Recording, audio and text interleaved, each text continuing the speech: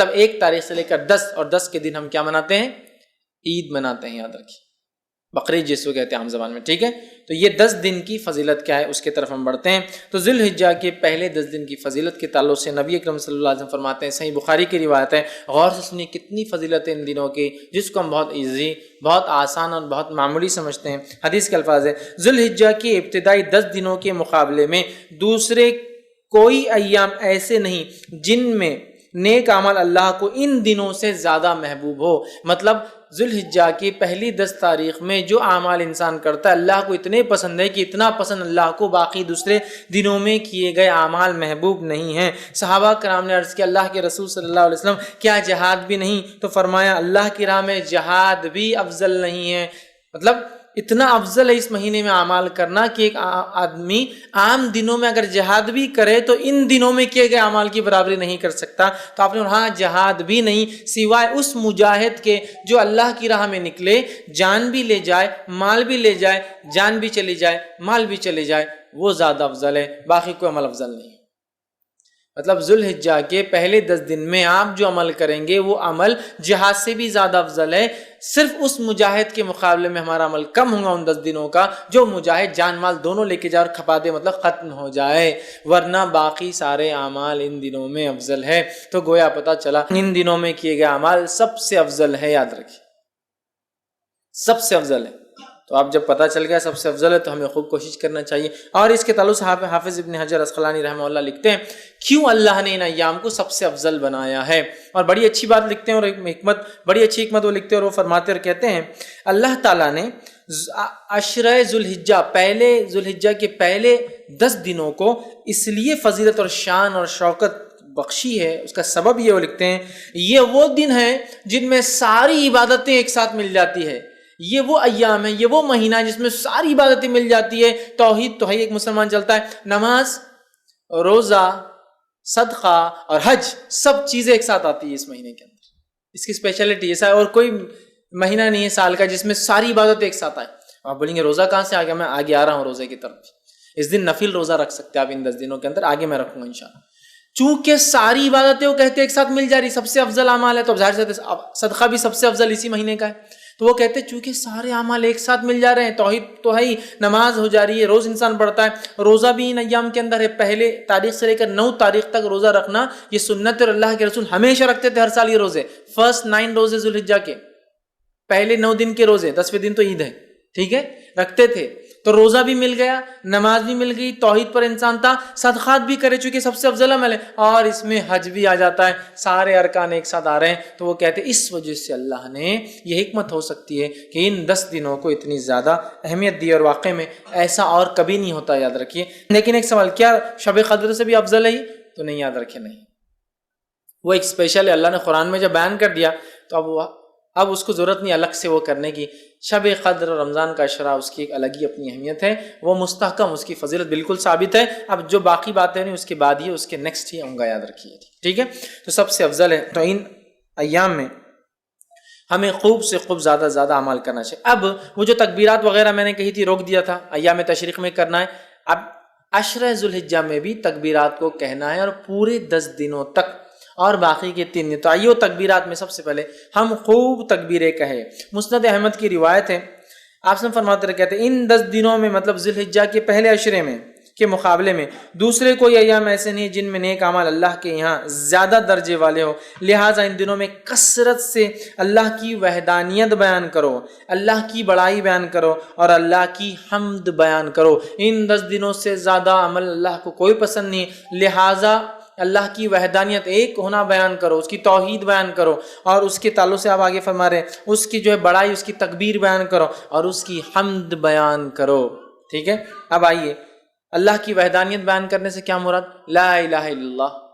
یہ کہنا، یہ وحدانیت بیان کرنا ہے نا۔ اسی طرح اللہ کی جو تکبیر بیان کرنے سے کیا مراد؟ اللہ اکبر کہنا، اور دیگر تکبیرات جو اللہ کی بڑائی بیان کرتی ہے وہ کہنا۔ اسی طرح جو اللہ کی حمد بیان کرنے سے کیا مراد؟ اس کی تعریف بیان کرنا، ہر چیز کے اوپر اس کی پاکی اور اس کی تعریف بیان کرنا، یہ اس سے مراد ہے۔ اور پہلے ذی الحجہ سے لے کر 10 ذی الحجہ تک جو تکبیرات کہتے ہیں ان تکبیرات کو مطلق کہا جاتا ہے، یاد رکھیے۔ تو پہلے ذی الحجہ سے لے کر 9 ذی الحجہ تک جو تکبیرات انسان بیان کرتا ہے اسے تکبیر مطلق کہتے ہیں، مطلب وہ تکبیریں جو مطلق ہیں، اور 10 ذی الحجہ سے لے کر 13 جو تکبیر بیان کرتی ہے اس کو کہتے ہیں تکبیر مقید، وہ قید ہوتی ہے، کسی عمل کے ماتحت چلتی ہے، یاد رکھیں۔ تو یہ تکبیرات ہیں۔ اب کیا تکبیرات بیان کریں؟ تو آئیے کچھ چند تکبیرات جو ثابت ہے وہ آپ کے سامنے رکھ رہا ہوں، جو ہم بیان کر سکتے ہیں۔ پہلی روایت مصنف ابن ابی شیبہ کی ہے، اس کے اندر آتا ہے کہ آپ جو تکبیر بیان کر رہے ہیں بڑائی وہ ہے اللہ اکبر اللہ اکبر اللہ اکبر لا الہ الا اللہ واللہ اکبر وللہ الحمد۔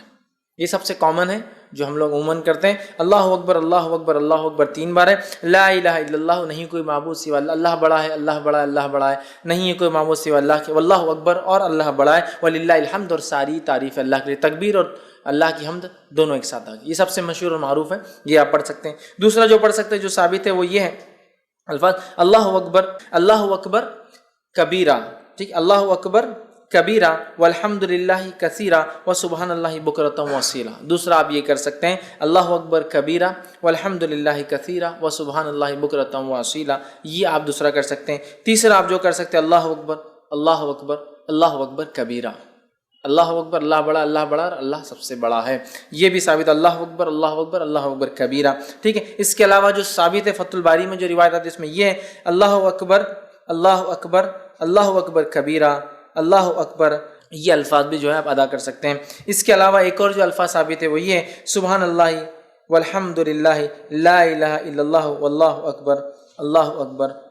اکبر وللہ الحمد۔ یہ تمام تسبیحات آپ کثرت سے ان ایام میں پہلے سے لے کر 13 تک کثرت سے بیان کر سکتے ہیں۔ صحابہ کا ان ایام میں کیا معمول تھا، جو میں نے رکھا تھا نا کہ تکبیرات آپ نہیں پڑھتے، وجوہات شرم آتی فلاں، صحابہ کا کیا معمول تھا؟ آئیے امام بخاری نقل کرتے ہیں کہ عبداللہ ابن عمر رضی اللہ عنہما اور ابو ہریرہ رضی اللہ عنہ، یہ دونوں صحابی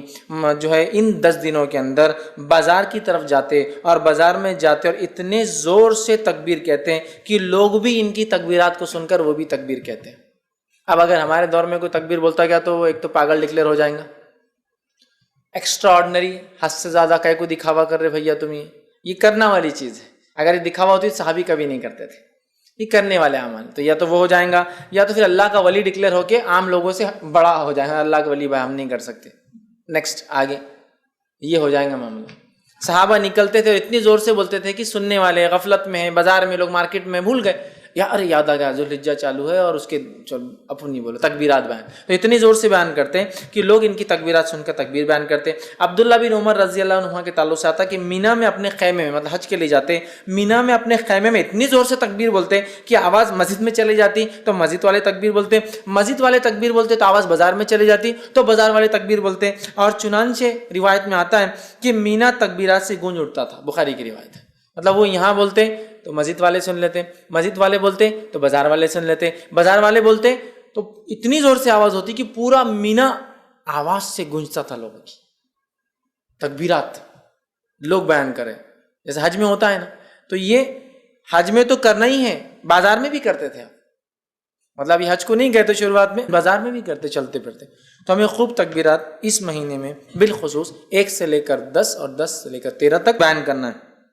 تو اسے پتہ چلا کہ ہمیں چلتے پھرتے اٹھتے بیٹھتے ان میں تکبیرات باواز بلند زور سے بیان کرنا ہے، اور عورتیں چونکہ وہ زور سے نہیں کر سکتی تو وہ پست آواز میں ہلکی آواز میں اپنے گھروں میں کریں گی۔ ہاں اگر گھر میں غیر محرم کے سننے کے ڈر نہ ہو تو عورتیں بھی بلند آواز میں تکبیرات پڑھیں گی۔ سمجھ لیجیے گھر میں صرف محرم ہے، بھائی ہے، والد ہے، بچے ہے، سگے بھانجے بھتیجے محرمات، تو عورت تیز بول سکتی ہے، لیکن ڈر ہو کہ غیر محرم سنیں گے تو پھر پست آواز میں بولیں گے، لیکن عورت بھی بولیں گی، اور میں تو کہتا ہوں عورت ہی پہلے بولے تو پھر بچے بھی بولیں گے، بچے تو ماں سے ہی سیکھیں گے نا، بہرحال تو عورت بھی بول سکتی ہے، ٹھیک ہے۔ اسی طرح جو ہے تکبیرات کے علاوہ ان ایام میں ہمیں کیا کرنا ہے، تو ان ایام میں ہمیں روزے رکھنا ہے۔ کون سے؟ عشرہ ذوالحجہ، پہلے ذوالحجہ کے پہلے عشرے کی بات چل رہی ہے وہ ہماری، تو اس میں کیا کرنا ہے؟ تکبیرات کے علاوہ روزے رکھنا ہے۔ نبی اکرم صلی اللہ علیہ وسلم کے تعلق سے آتا ہے، صحیح مسلم کی روایت ہے، مجھے اللہ تعالیٰ سے امید ہے کہ اس دن کا روزہ 9 ذوالحجہ، 1 سال پچھلے اور 1 سال اگلے گناہ کا کفارہ بنے گا، تو 9 ذوالحجہ کو تو رکھنا ہے، یہ غیر حاجی کے لیے، حاجی نہیں رکھیں گا۔ اس کے علاوہ ان مہینے کے اندر جو روزے آپ رکھیں گے اس میں ایک روزہ جو مشہور اور معروف ہے وہ یہ ہے، جس کے تعلق سے روایت اس طرح سے آتی ہے، سنن ابو داؤد کی روایت ہے کہ آپ سے ان کی زوجہ مبارک جو ہے ایک زوجہ فرماتی اور کہتی ہے کہ نبی اکرم صلی اللہ علیہ وسلم جو ہے ذی الحجہ مطلب 9 ذی الحجہ کا روزہ، اس کے بعد جو ہے یوم عاشورہ کا روزہ، ہر ماہ کے 3 روزے، اور ایک روایت میں ذی الحجہ کے پہلے 9 روزے، 9 ذی الحجہ عرفے کا روزہ، اور جو ہے 10 محرم کا روزہ، اور ایام 20 مہینے کے 3 روزے کبھی نہیں چھوڑتے۔ اور ایک روایت میں الفاظ ہے آپ صلی اللہ علیہ وسلم پہلے 9 روزے ذی الحجہ کے پہلے مطلب پہلے عشرے کے پہلے 9 دن کے روزے، اور 10 محرم کا روزہ، اور اسی طرح ایام 20 مہینے کے 3 دن 13، 14 اور 15 یہ روزے کبھی نہیں چھوڑتے۔ تو اس روایت میں 9 روزے کے تذکرہ ہے، پہلے 9 روزے، تو پتہ چلا اس مہینے میں روزے بھی رکھنا چاہیے۔ مسند احمد کی روایت ہے، آپ نے فرمایا کہ تعلق سے آتا ہے، فرمایا آپ صلی اللہ علیہ وسلم کبھی 4 کام نہیں چھوڑتے: عاشورے کا روزہ، عشرہ ذی الحجہ کے 9 روزے، مطلب پہلے عشرے کے 9 جو ہے دن کے جو ہے فاسٹنگ روزے، اور مہینے کے 3 روزے آپ صلی اللہ علیہ وسلم، اور فجر کی 2 سنتیں، 4 عمل کبھی نہیں چھوڑتے۔ اس میں بھی کیا آ گیا؟ 9 روزے آپ صلی اللہ علیہ وسلم کبھی نہیں چھوڑتے تھے۔ تو عشرہ ذی الحجہ میں روزہ بھی رکھیے، تکبیرات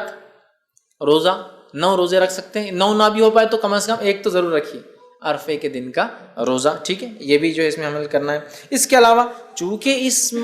مہینے میں کیے گئے سارے اعمال افضل ہے، لہٰذا نفل نماز کا خوب اہتمام کرے۔ نفل نماز کے فائدے جو آتے ہیں صحیح مسلم کی روایت میں اس طرح سے آتے ہیں: اللہ تعالیٰ کے لیے اپنے سجدوں کو لازم کر لو، بے شک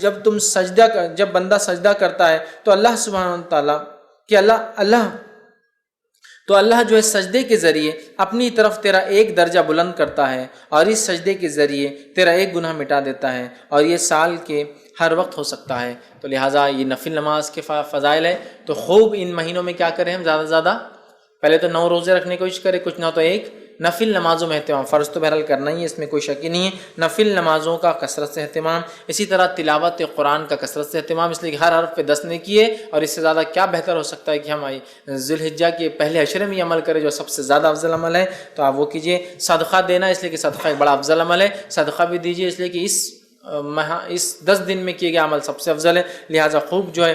صدقہ آپ کیجئے، اور دیگر جتنی نیکیاں ہو سکتی وہ کریں، اور بالخصوص گناہ کبیرہ سے اور حرام کاموں سے اپنے نفس کو بچائے، بالخصوص گناہ کبیرہ سے اور حرام کاموں سے اپنے نفس کو بچائے، اس لیے کہ محترم اور حرمت والے مہینوں کو پاس اور لحاظ رکھنا یہی ہے کہ اس میں ہم گناہ اور معصیت کام نہ کریں، نیکیوں میں اضافہ کریں۔ تو جہاں ہم نیکیوں میں اضافے کی میں بات کر رہا تھا اب تک، تو یہاں گناہوں سے بچنا بھی بہت زیادہ ضروری ہے، اس لیے کہ یہ ایام میں کیے گئے اعمال سب سے زیادہ افضل ہے، لہٰذا خوب نیکی کا ہم اہتمام کریں، اور خوب اپنی نفس کو گناہوں سے بچائے، وہ چاہے ذی الحجہ کا مہینہ ہو یا دیگر اور 3 مہینے، مطلب ٹوٹل 4 مہینے حرمت والے، ان چاروں مہینے کا احترام کرے، حرمت کا پاس و لحاظ رکھے، گناہ اور معصیت سے اجتناب کرے، بالخصوص کبائر سے اپنے آپ کو بچائے، اسی طرح نیکیوں میں اپنے آپ کو آگے بڑھانے کی ہم جو ہے خوب سے خوب جو ہے کوشش کریں، اور بالخصوص وہ اعمال جو اعمال ہمیں بتائے گئے ان ایام میں کرنے کے، ان اعمال کو ہم جو ہے کثرت سے کرنے کی کوشش کریں، زیادہ سے زیادہ نیکی کریں، اور زیادہ سے زیادہ گناہوں سے اپنے نفس کو اپنے آپ کو بچانے کی کوشش کریں۔ اب آئیے آخر بچ چند کلمات کہ ان ایام میں جو مخصوص دن ہیں ان کے کچھ نام آپ کے سامنے رکھ دیتا ہوں تاکہ بات سے واضح ہو جائے۔ جو ہے پہلے عشرے کو جو ذی الحجہ کا ہوتا ہے یا ذی الحجہ کا ہوتا ہے اسے کہتے ہیں عشرہ ذی الحجہ۔ تو عشرہ ذی الحجہ، عشرہ کا معنی 10 ہوتا ہے، تو عشرہ ذی الحجہ بولے تو بعد کے 10 دن یا آخر کے 10 دن نہیں یاد رکھیں، جب بھی روایت میں آئیں گا عشرہ ذی الحجہ تو معنی ہے پہلے 10 دن، فرسٹ 10 days، ٹھیک ہے۔ اس کے علاوہ دوسرا جو ہے یوم الضحیٰ، یہ جو ہے عید الاضحیٰ کے دن کو کہتے ہیں یوم الضحیٰ۔ اسی طرح جو ہے ایک اور دن ایام معلومات، جو ہم نے ابھی دیکھا قرآن کی آیت میں جو ہے، جو سورہ حج کی آیت میں 27 میں، وہ ہے 10، 11، 12 اور 13، یہ ایام معلومات ہیں، ان کو ایام معلومات بھی کہا جاتا ہے کہ ایام معلومات مطلب 10 ذی الحجہ، 11 ذی الحجہ، 12 اور 13 ذی الحجہ۔ اسی طرح ایام تشریق 11 ذی الحجہ، 12 ذی الحجہ اور 13 ذی الحجہ کو کہا جاتا ہے۔ اسی طرح یوم عرفہ 9 ذی الحجہ کو یوم عرفہ کہا جاتا ہے۔ اسی طرح یوم